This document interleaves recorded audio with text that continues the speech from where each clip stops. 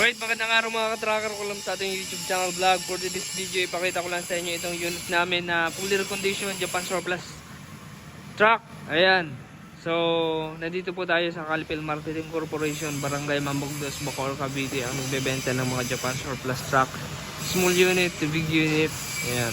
Light to heavy truck. Meron po dito. Right, so ito, may plaka na ng rehistro, fully reconditioned, color white. And then black yung undercoat, fully repaint. Isuzu Elf NKR 10 feet 6-wheeler 4x2. Silipin po natin para magkaroon kayo ng idea. Ayan, yung gross weight capacity niya 4,200, 2,100 naman yung net capacity. Ito yung loob, medyo malakabok lang kasi hindi pa naman nilalabas to at hindi pa tapos. So pakita ko lang sa inyo para magkaroon kayo ng idea. Old model to mga ka-tracker. Yung itsura medyo malakabok pa. So lilinisin naman yan. I-retest yung pintura kapag ilalabas na. Talagang ibaba pa yan. So itong mga gulong nito 6 stud siya na brand new. Ayan, pinalakihan yung gulong tapos nakalock type rim. And then 5 stud. Ayan, with tube to. Ayan, malalaki yung gulong 750 R16. Yung itsura 10 feet, may plaka na nakaregister na yun mga katracker. Ayan. So ang ganito yung unit mga katracker, pag ganito drop side, tapos ito naka-aluminum sidings with full carrier, pipinturan pa yung taas, ditanggal yung full carrier natin, tapos kuba chassis, dagdag molly na rin.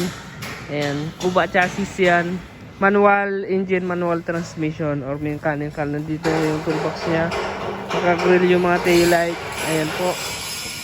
Ito yung loob, naka-steel flooring na rin. And then ito, ang makina nya ay silipin natin.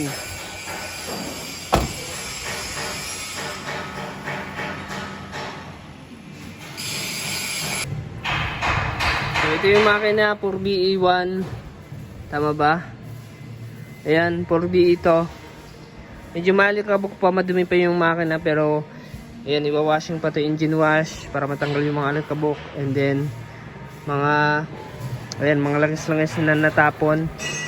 Alright, so ayan po, 4BE1 ang makina, old model.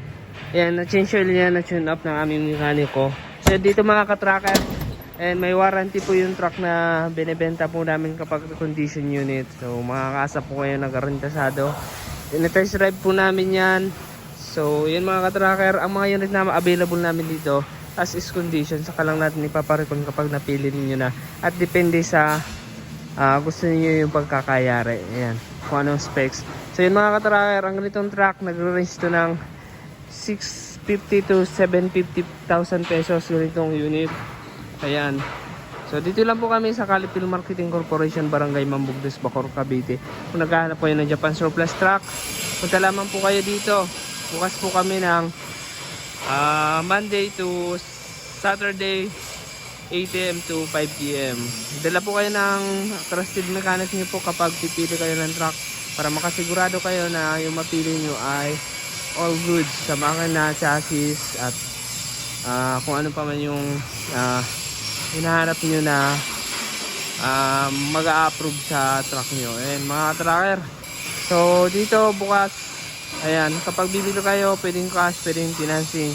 Ayan, kapag financing naman po, wala po kaming in-house financing, pero meron po kaming accredited financing company na pwede yung pag-applyan. Ayan, kailangan lang po ng mga requirements, valid ID, sa bangko yung 2 months latest bank statement, DTI, business permit, and mga tracker, tapos yung down payment. Pag na-approve, yan, pwede po kayo makakuha ng loan truck dito sa amin. Third party po namin yan. Kapag cash naman, and down lamang kayo ng 10% para ma-recondition yung unit, and then kapag ilalabas na yung unit, saka nyo bayaran ng buo. Ayan, ang ganitong unit 650 to 750,000 pesos. Meron na kayong Japan Surplus truck. So ang presyo ng truck nag-iiba-iba, depende sa klase, sa model, and then sa specs. Ayan, sa actual unit mga ka-tracker. Kung nagustuhan nyo itong video na to, paki-like, share at mag-subscribe na kung hindi pa kayo nakaka-subscribe.